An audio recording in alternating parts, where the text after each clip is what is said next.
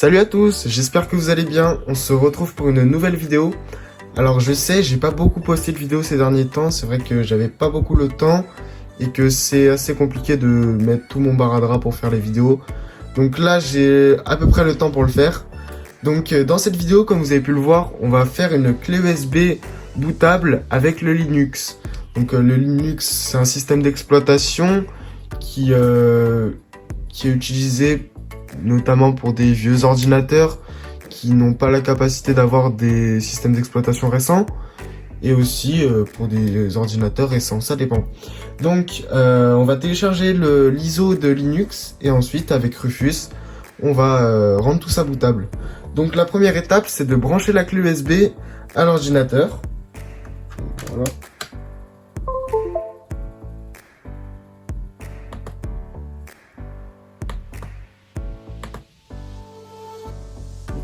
Donc la clé USB, elle est bien vide. Je l'ai formatée avant la vidéo, histoire que ce soit tout bon. Mais après, de toute façon, avec Rufus, ça formate automatiquement la clé USB. Donc, on va venir dans Chrome et on va venir rechercher Linux ISO. Donc, dans Linux ISO, je vous conseille d'utiliser le site Le Crabe Info. C'est très très bien.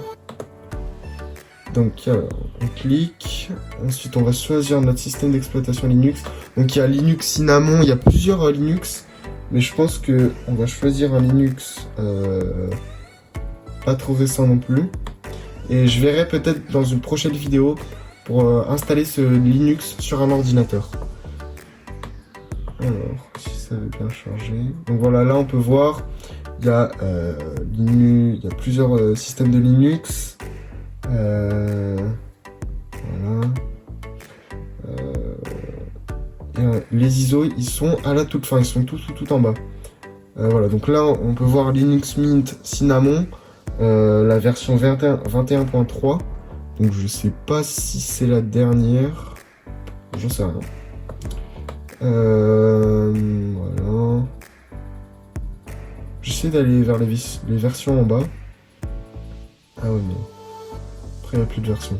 Ok. Bon bah je vais prendre la version mat, je connais pas trop. Ouais non. Edge, en vrai la version Edge elle m'intéresse. Allez, Edge, donc on clique. Bien sûr des publicités. On clique, ensuite, voilà, donc on peut voir. Elle fait 2,90 Go. Elle est sortie le 22 janvier 2024, donc c'est assez récent. Voilà. Donc je vais venir télécharger ça. Voilà. Donc là, comme on peut voir, il y a le téléchargement qui se lance. Ensuite, dans Rufus. Voilà.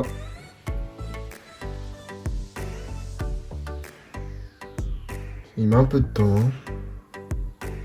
En général, il est un peu plus rapide, mais ça fait longtemps que je l'avais laissé éteint. Voilà, donc le logiciel est enfin lancé. Donc c'est pareil que dans la vidéo précédente, le Rufus. Voilà, donc là on a la clé USB qu'on choisit. Donc la clé USB de 8 Go. Et oui, j'ai oublié de préciser, mais pour pouvoir... je vous conseille de prendre une clé USB d'au moins 4 à 8 Go. Enfin, je sais pas si ça existe des clés USB de 4. En tout cas, prenez au moins une clé USB de 4 à 8 Go.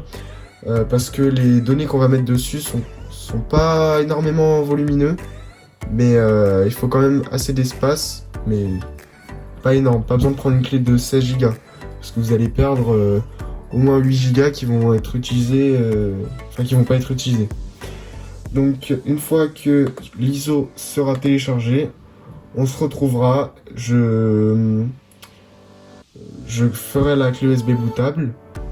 Et puis voilà, j'essaierai de tester dans une prochaine vidéo avec un autre ordinateur pour installer le système. A tout de suite. Le téléchargement c'est terminé, donc voilà, j'ai tout ok, terminé. Donc maintenant, une fois sur Rufus, donc j'ai bien sélectionné ma clé USB, je vais venir dans sélection. pour sélectionner l'ISO de Linux Cinnamon, non, du Linux Edge. Voilà. J'avais déjà téléchargé un Linux auparavant, qui est toujours dans mon ordinateur, mais je n'en voyais pas l'utilité de mettre celui-là, et voilà. Donc je vais retrouver le Linux que je viens de télécharger. Donc, je vais aller dans téléchargement. Et là, aujourd'hui, Linux Mint Cinnamon 64 bits Edge. Donc, je le sélectionne, ouvrir. Donc forcément, il va faire une analyse de l'image pendant un petit instant. Voilà, c'est très rapide. Donc si vous aviez vraiment un vieux ordinateur, mais ça m'étonnerait que sur un vieil ordinateur, on puisse mettre cette version de Linux. Mais après, c'est toujours possible. Enfin, c'est peut-être toujours possible. Donc vous pouvez cocher, ajouter les options de compatibilité pour vieux BIOS.